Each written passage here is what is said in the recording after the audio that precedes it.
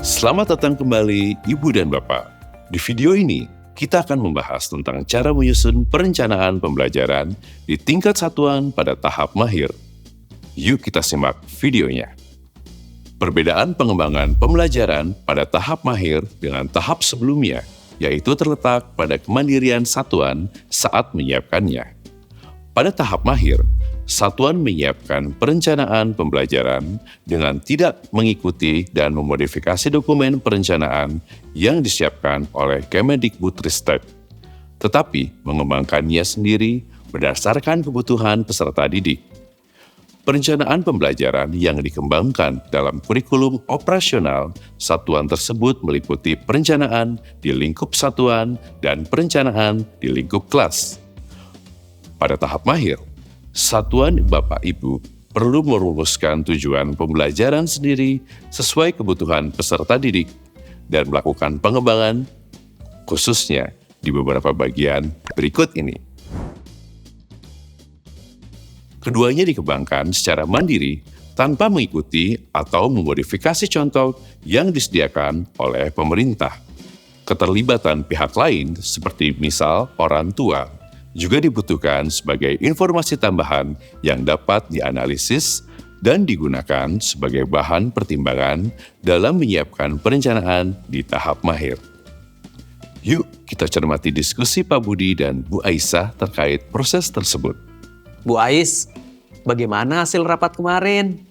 Apakah sudah ada rumusan alur tujuan pembelajaran yang disepakati, Bu?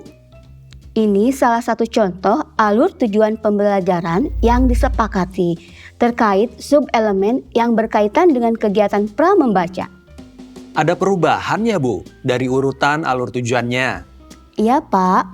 Setelah dievaluasi, ada perubahan alur sedikit untuk tujuan pembelajaran ya. Hal tersebut berdasarkan hasil evaluasi pembelajaran semester lalu, dengan mempertimbangkan juga masukan berbagai pihak seperti orang tua. Oh begitu ya. Saya jadi tertarik dengan alur tujuan pembelajaran elemen ini. Kenapa urutannya dirumuskan seperti ini? Tentu ini dari diskusi yang panjang kemarin, Pak. Tapi singkatnya saya bisa jelaskan bahwa untuk elemen capaian pembelajaran dasar-dasar literasi, matematika, sains, teknologi, rekayasa, dan seni ini, capaian yang paling kita harapkan muncul yaitu terkait dengan kemampuan pra-membaca. Agar anak memiliki kemampuan membaca, kita melihat ada capaian lain yang perlu diasah terlebih dahulu, seperti ketertarikan pada buku, kemampuan menyimak cerita, mengenali tokoh, menyampaikan cerita secara runut, hingga melakukan percakapan terkait cerita bersama temannya. Sekarang kita ke bagian selanjutnya, Pak. Alur tujuan pembelajaran sudah dirumuskan di tingkat satuan. Maka kemudian satuan kita juga perlu mengembangkan beberapa contoh modul ajar untuk melengkapi dokumen kurikulum operasional satuan kita. Berarti modul ajarnya kita kembangkan sendiri ya, Bu? Betul, Pak, karena kita satuan di tahap mahir. Saat ini kita hanya perlu membuat beberapa contoh modul ajar saja dulu untuk melengkapi dokumen kurikulum operasional satuan kita. Nantinya, sepanjang perjalanan pembelajaran, satuan juga akan menyelenggarakan sesi pengembangan modul ajar secara kolaboratif sebulan sekali. Sekarang, kita cermati lebih dalam komponen-komponen yang ada dalam modul ajar yang kita bahas sebelumnya ya, Pak. Siap, Bu. Dalam modul ajar, ada kegiatan yang dirancang untuk memastikan ketercapaian tujuan pembelajaran yang ditetapkan. Nah, pendekatan pembelajaran apa ya yang cocok untuk proses pembelajaran tersebut? Saya mengacu pada pengorganisasian di tingkat satuan kita, Pak, yaitu pendekatan tematik. Demikian pula tema-tema sudah didiskusikan di tingkat satuan saat rapat kemarin. Contohnya seperti apa, Bu? Salah satu temanya yaitu Pantaiku Indah. Beberapa aktivitas yang saya rencanakan untuk mensimulasi capaian anak terhadap tujuan pembelajaran yang berkaitan dengan kegiatan pra-membaca.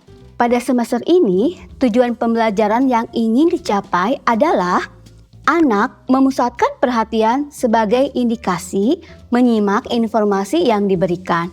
Maka, kegiatan yang saya hadirkan adalah menghadirkan beberapa buku cerita bertema pantai. Semester ini juga menyasar tujuan pembelajaran. Anak memiliki kemampuan alfabetis, kosakata, serta pengetahuan latar.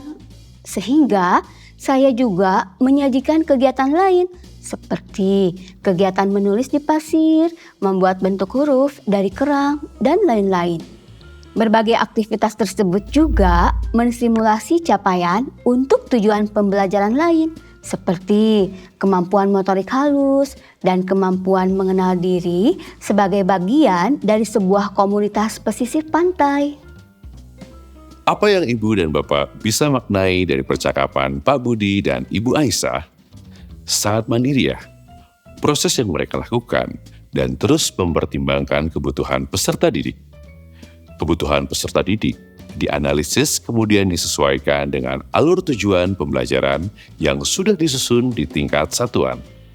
Satuan di tahap mahir melakukan refleksi dan evaluasi sebagai dasar untuk melakukan pengembangan pembelajaran kurikulum operasional satuan pendidiknya. Semangat untuk terus berkembang ya, Ibu, Bapak.